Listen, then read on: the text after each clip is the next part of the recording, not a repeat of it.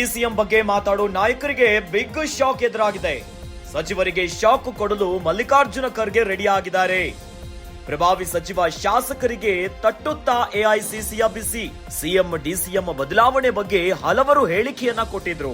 ಈ ಬಗ್ಗೆ ಹೇಳಿಕೆ ನೀಡದಂತೆ ಸೂಚಿಸಿದ್ರು ಡಿಕೆ ಶಿವಕುಮಾರ್.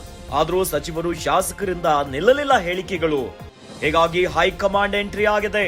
ಖರ್ಗೆ ಇಂದಲೇ ನೋಟಿಸ್ ಸಾಧ್ಯತೆ ಇದೆ.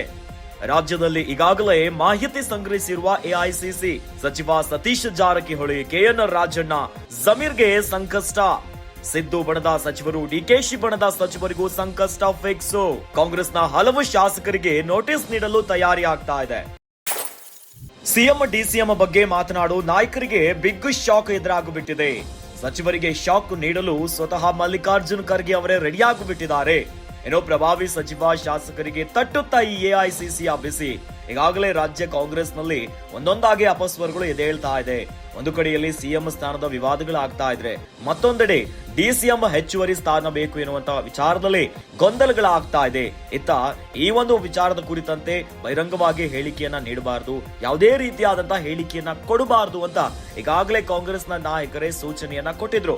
ಒಂದು ಕಡೆಯಲ್ಲಿ ಡಿಸಿಎಂ ಆಗಿರುವಂತಹ ಡಿಕೆ ಶಿವಕುಮಾರ್ ಅವರು ಪ್ರಭಾವಿ ಸಚಿವರಿಗೆ, ಶಾಸಕರಿಗೆ ಸೂಚನೆಯನ್ನ ಕೊಟ್ಟಿದ್ರು ಕೂಡ ಕಾಂಗ್ರೆಸ್ನಲ್ಲಿ ಅಪಸ್ವರಗಳು ಕೇಳಿತ್ತು.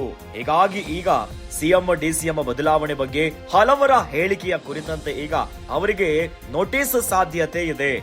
ಹೀಗಾಗಿ ಹೈಕಮಾಂಡ್ ಎಂಟ್ರಿ ಆಗಿದ್ದಾರೆ. ಖರ್ಗೆಯಿಂದಲೇ ನೋಟಿಸ್ ಸಾಧ್ಯತೆ ಇದೆ. ರಾಜ್ಯದಿಂದ ಈಗಾಗಲೇ ಮಾಹಿತಿಯನ್ನ ಸಂಗ್ರಹ ಮಾಡಿದ್ದಾರೆ ಎಐಸಿಸಿ.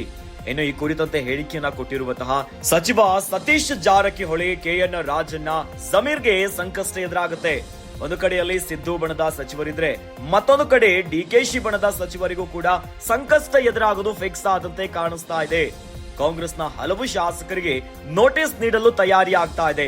ಈ ಕುರಿತಂತೆ ಎಐಸಿಸಿ ಈಗಾಗಲೇ ಎಲ್ಲ ಮಾಹಿತಿಯನ್ನ ರಾಜ್ಯದಿಂದ ಕಲೆ ಹಾಕ್ತಾ ಇದೆ. ಈಗ ಈ ಒಂದು ಕಾಂಗ್ರೆಸ್ನ ಬಣಗಳ ರಾಜಕೀಯಕ್ಕೆ ಈಗ ಮಲ್ಲಿಕಾರ್ಜುನ್ ಖರ್ಗೆ ಅವರೇ ಸ್ವತಃ ಎಂಟ್ರಿ ಕೊಡುವ ಸಾಧ್ಯತೆ ಇದೆ.